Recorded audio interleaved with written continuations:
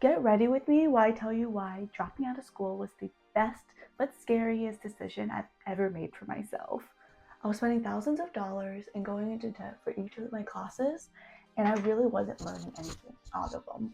I was getting in the habit of memorizing for tests and then completely forgetting the material afterwards.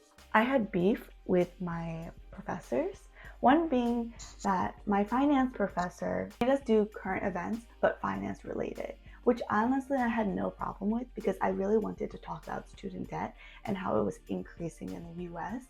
As Gen Zers and millennials, we really got the short end of the stick. And when I was presenting my current event to him and in front of the entire class, voluntarily by the way, because I knew a lot of people didn't want to do it, so I was like, I'll just do it, get it over with.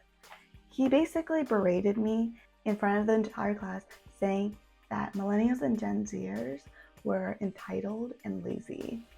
And basically, I was getting all my information from fake news outlets. And thankfully, I was very close to my entire class, so they basically backed me up, which was nice.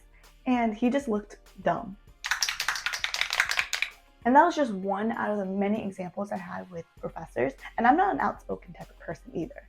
I'm only vocal when I see that there's a problem. But that's not how colleges work. Anyways, this isn't me bashing on the college system. This is just how the education system failed me personally.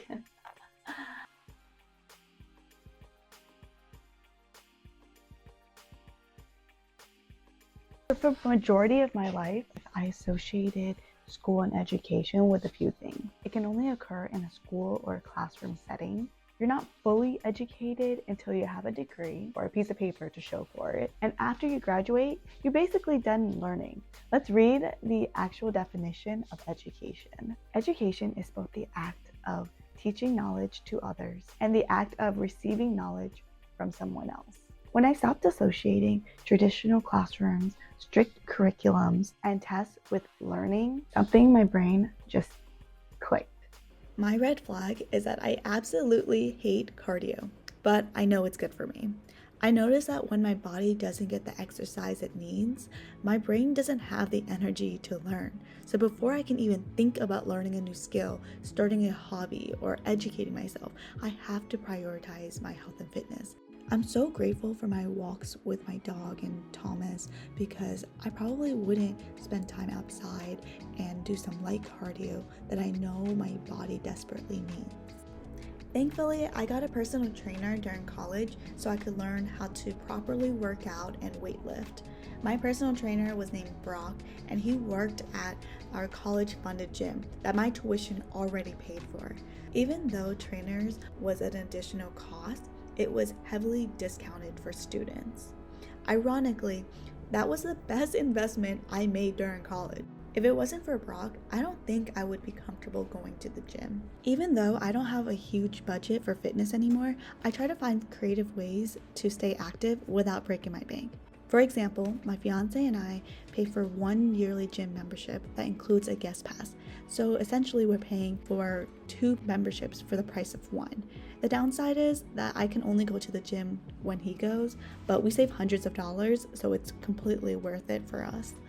I also prioritize flexibility because it not only improves my range of motion, but it reduces the risk of injury and it lowers my levels of stress by forcing me to remember to meditate through each stretch. I had trouble being consistent with my splits, so my friend and I started doing this challenge where we do the splits every single day, or at least attempt to.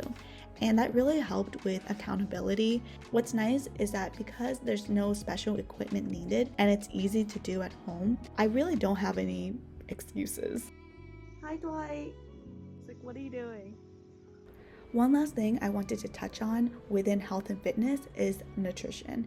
I used to have a really bad relationship with food. In turn, I had trouble staying focused, I lacked motivation to do any of my passions, and my emotions were pretty unstable.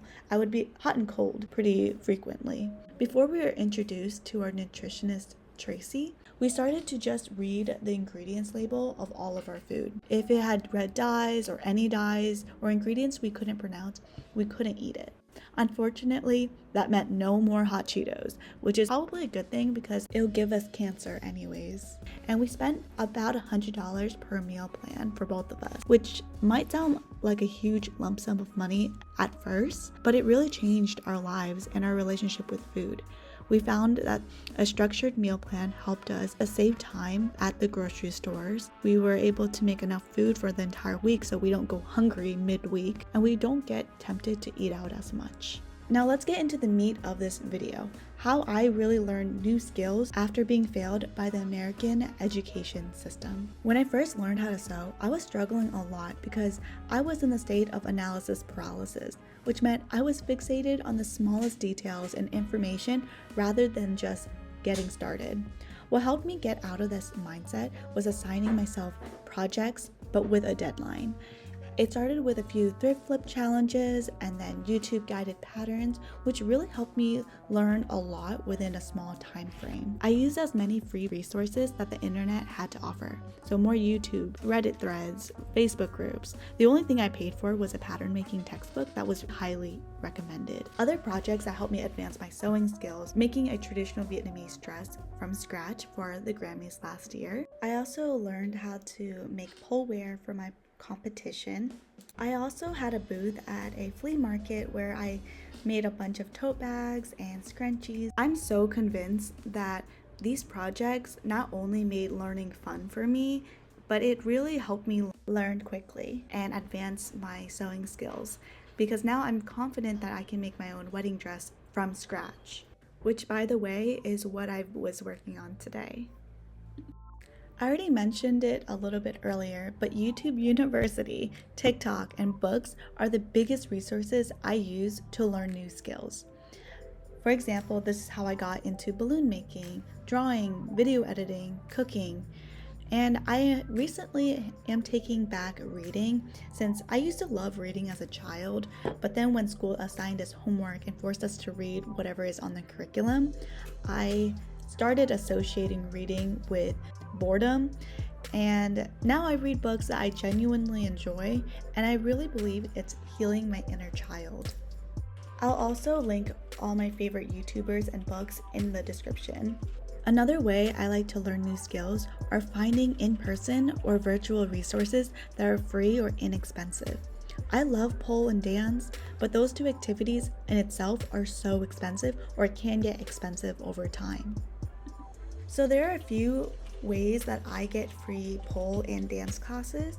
The first is being in studio support. I spend an hour going into the studio to set up the poles and put down the liras, and I get free classes in exchange. I also teach at another pole studio, so I'm able to get free classes that way, and I'm a social media support for a dance studio, which is pretty cool since they offer all types of dance, including contemporary, hip-hop, ballet, and so on. I typically take about 4 to 5 dance or pole classes a week, and since each class costs about $35, I'm saving $175 a week. Another free resource that I love taking advantage of is the library. They have so many cool workshops. For example, I really want to take their writing workshop so I can learn how to storytell better. And if you're not a huge reader, I love how the library offers this app called Libby, which is a way that you can borrow audiobooks. What's cool about libraries is that some of them actually offer makerspaces. If you don't know what a makerspace is, it's a collaborative workspace that allows patrons to explore, learn, share through hands-on creations. This can include 3D printers, craft supplies, sewing machines, laser cutters, and so much more. Anyways, I know I sound like an ad for the library, but seriously, the library is just so freaking cool. One of the few things I do spend money on are my private virtual classes, one being with my Vietnamese tutor, Chi Ha. She's about $15 an hour, and I found her on Preply, and she's honestly the best Vietnamese tutor that I could ever ask for. She's extremely empathetic, patient, and understanding. When I was younger, I was not allowed to speak Vietnamese at school. They put me in ESL, which is English Second Language, so they can remove the Vietnamese out of me and force me to speak English more. So as an adult, I struggle to speak, read, and write in Vietnamese. So now my biggest goal is to learn Viet so I can communicate and understand my parents in a more empathetic way. The second private virtual class I take is with my pole mom, Jess. She's pretty inexpensive. I think each private lesson is about $17, but don't quote me on that. What I really love about her is that I can work on my specific goals and we can also go on side tangents. So it's not always about pole, which is nice because I feel like I do get in my head sometimes. The last way I educate myself is surrounding myself with people who want to better themselves, whether it's through our shared hobbies or their personal growth. My pole sister Olivia, you see her in the background, we've been friends for almost a year and we made it a commitment to pole with each other at least twice a month, if not more. Friendships like Olivia was what inspired me to start Polaris, a community group of polers and pole enthusiasts where we host fun and free outdoor events along with a few collaborations. Since young adults are more likely to experience loneliness, I was so tired of being part of the statistic. So that's why I'm trying my best to put myself in environments with creative, interesting, and thought-provoking people.